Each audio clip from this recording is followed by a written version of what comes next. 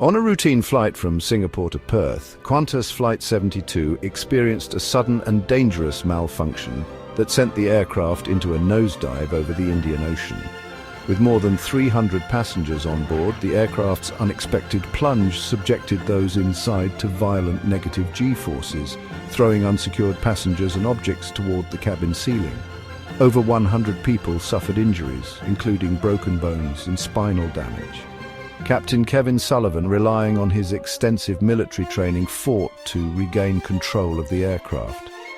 Would his efforts succeed, or would Flight 72 meet a tragic end in the ocean below? On October 7, 2008, 303 passengers and 12 crew members boarded Qantas Flight 72 at Singapore's Changi Airport. Their aircraft was an Airbus A330, delivered new to Qantas in 2003. This twin-engine wide-body aircraft was designed for long-haul flights and had accumulated 20,000 operational hours. The journey to Perth, typically lasting 5 hours, began at 1:25 p.m. as the plane pushed back from the gate, its engines roaring to life before taxiing to the runway. In the cockpit, 3 pilots oversaw the flight. Captain Kevin Sullivan, a 53-year-old former US Navy Top Gun pilot, was known within Qantas as the Magnet due to his history of encountering in-flight issues. With over 13,000 flight hours, he was accompanied by First Officer Peter Lippett, a former Royal Australian Navy helicopter pilot with 12,000 flight hours, and Second Officer Hale, who provided additional support with his 270 flight hours. Shortly after takeoff, the aircraft's master caution alarm blared.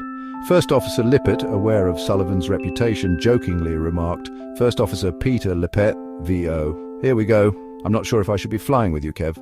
Captain Sullivan, who had been manually flying, engaged the autopilot to help diagnose the issue.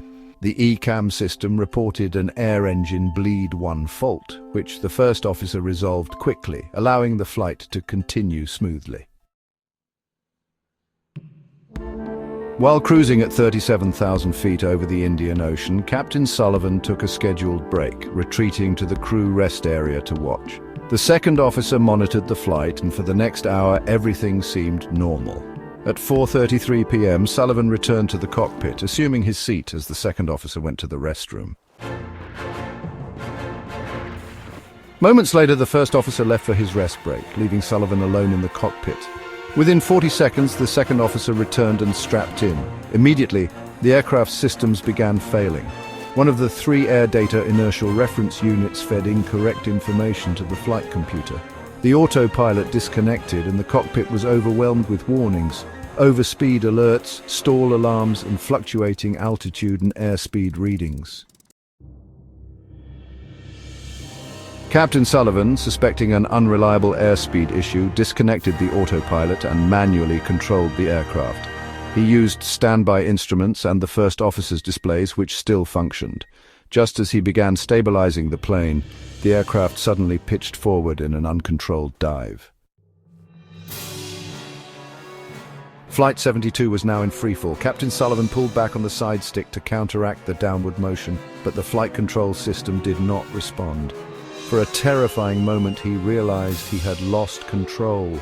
As the aircraft plunged, passengers and crew were slammed against the ceiling. With immense effort, Sullivan made minor adjustments, regaining limited control.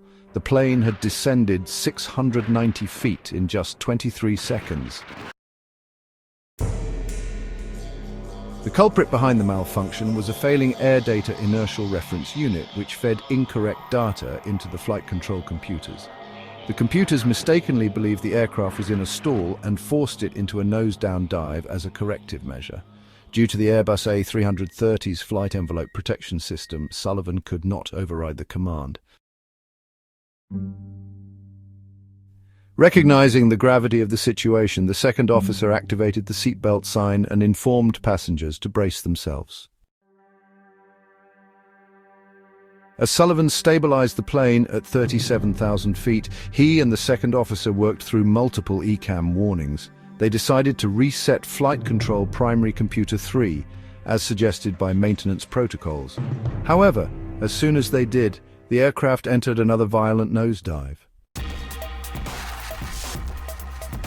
The second drop was even more terrifying. Sullivan, his fighter pilot instincts kicking in, again struggled to regain control.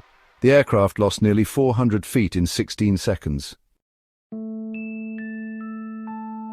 Gripping the side stick tightly, Sullivan fought against the malfunctioning systems, his heart pounding. He wondered if this was the end. Miraculously, he managed to pull the plane back to level flight.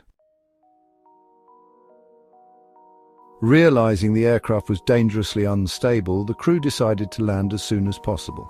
They identified Learmonth Airport in Western Australia as a suitable diversion point. Though it lacked fire rescue services and a control tower, it had a long runway capable of handling the Airbus A330. At 4:49 p.m., the first officer, still injured from being thrown around the cabin, returned to the cockpit. He took over from the second officer. Together, the crew assessed the damage. The cabin was in chaos, with multiple passengers seriously injured, including some with spinal damage. Given the severity of the situation, the crew initially declared a pan-pan emergency, but soon escalated to a full mayday. Air traffic control cleared them for an emergency landing at Learmonth. The flight crew continued troubleshooting, manually controlling cabin pressure and preparing for a landing without auto brakes or auto thrust. Sullivan executed a careful descent, wary of triggering another unexpected dive. Without functional navigation displays, he had to locate the airport visually.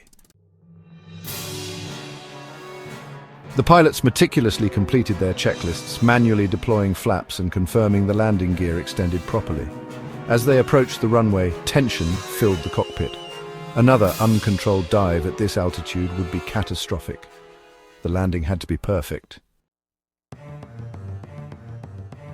Sullivan maintained control, guiding the aircraft toward the runway. At 5:32 p.m., Qantas Flight 72 touched down safely at Learmonth Airport. Despite the immense challenges, Sullivan had brought the aircraft down without further incident. Astonishingly, despite the severe injuries, all 315 people on board survived.